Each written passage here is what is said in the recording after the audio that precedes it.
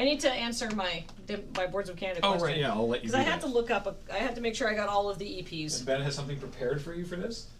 No, this is just something different. Okay. For the EPs, I say, oh, this is not a complete list. Well.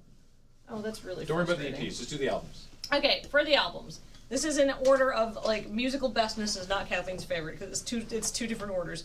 In the order of musical bestness, Music Has the Right to Children, Gio Gotti, The Campfire Head Phase, High Scores, I guess, is High Scores a CD or an EP? And then Tomorrow's Harvest. Not that, Tomorrow's Harvest is really grim. It's so grim that I can't listen to it. Like, it's all instrumental, by the way. Yes. It just sounds dark. Tomorrow's Harvest is literally a concept album where the concept is this is the soundtrack to an apocalypse movie about environmental collapse.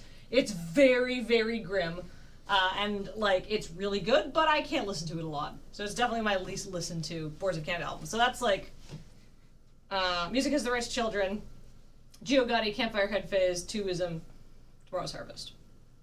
In Kathleen's personal order of favorites. This is a controversial opinion. The Campfire Head Phase. Somebody who knows about music will be like, "Ooh!"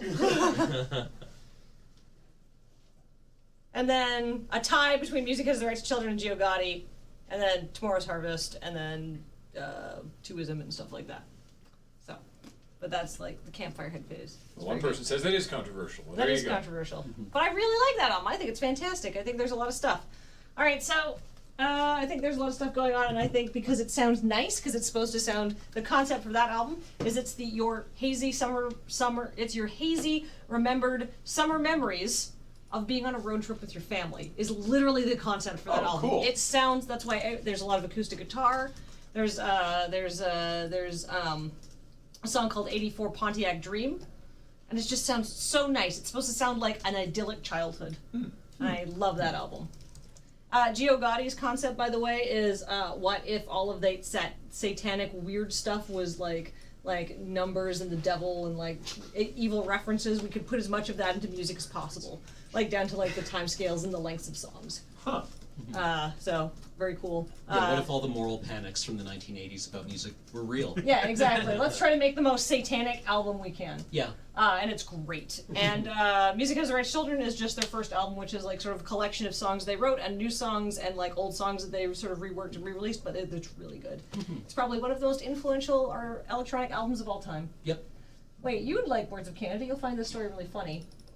I was talking with Christian last year, and I was telling him about Boards of Canada. Christian, big fan of electronic music. Christian was on the documentary crew. And I was like, oh, you should listen to Boards of Canada. And he's like, I will take your word for it. You sound very passionate. Turns out one of Christian's favorite electronic artists had been ripping off Boards of Canada, and he hadn't known, so I ruined one of his bands for him. Really? He was like, I see a lot of stuff in this that and when did these albums come out? I was like, the late 90s? He was like, oh. It was a very like, whap, whap, whap, whap moment.